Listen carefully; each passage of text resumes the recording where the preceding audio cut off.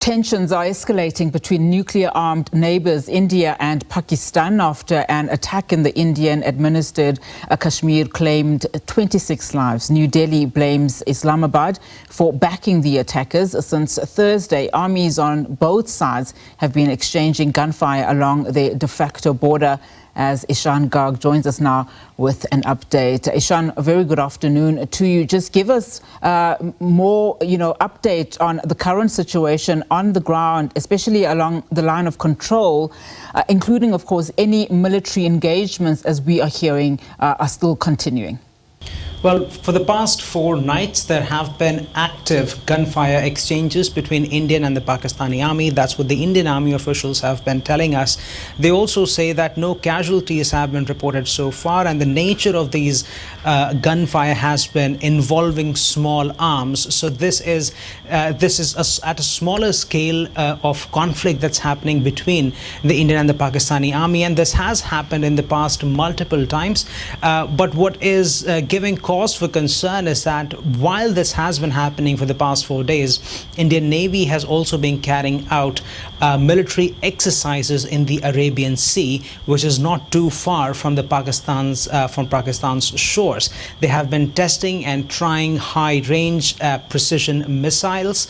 They have been testing surface-to-air missiles, surface-to-surface missiles, and the Indian Navy in a statement has said that they are doing this to reiterate that the Indian Navy is prepared for a combat. And this comes at a time when defense experts here in New Delhi have been saying that some sort of a military response from India's side is certainly likely against Pakistan. They are unsure of what kind of action that might be, but the anger and the frustration that we are seeing in the country, experts here are saying that Prime Minister Narendra Modi's government is likely to take that anger and frustration and convert it into a military strike against Pakistan. While at the same time, we've also seen diplomatic tensions between India and Pakistan erupt to whole new levels. Both sides have completely downgraded their diplomatic ties, with bare minimum presence of diplomats in either countries from both sides. So the situation here is turning out to be quite tense at the minute.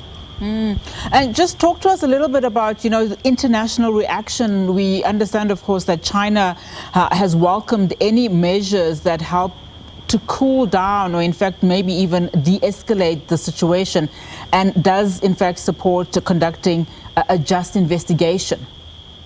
Well, we are seeing international responses coming in from several countries. The first responses actually came from the United States of America last week, just after Tuesday's terrorist attack. US said that it expresses its solidarity with India, with the national security chief of the US, Tulsi Gabbard, saying that US stands with India against terrorism. And in the next few days, we saw India's external affairs minister briefing diplomats of its friendly countries, providing India's perspective on this entire tragedy to them. And we saw after that statements coming in from President Emmanuel Macron saying that France stands with India in solidarity. Similar statements also came in from Germany and the European Union as well. The latest response we've got on this tragedy has been from China, which has struck a very different note from the other countries that I've just mentioned. China says that it condemns the attack in Pahalgam, but has also said that it stands with Pakistan and expresses support towards it for its territorial integrity and sovereignty. And this is being seen as a sign of countries finally starting to, in some sense, take sides. However, the United States has said that it supports and it wants India and Pakistan to come to a sensible solution. What experts here in New Delhi are seeing this international response to the crisis is basically they're saying that China is in some sense backing Pakistan, because Beijing said it supports a neutral investigation, which is something Islamabad has been asking for, while New Delhi is conducting its own investigation into the attack led by its top counter-terrorism body, the National Investigation Agency. So we are seeing international responses coming in, with most countries warning for caution, because if tensions do escalate into a conflict like a territory between India and Pakistan, it could plunge the entire region into a crisis. Absolutely. Ishan, thank you so much for that update. Really do appreciate it. Ishan Garg, our correspondent out in New Delhi there for us. All right.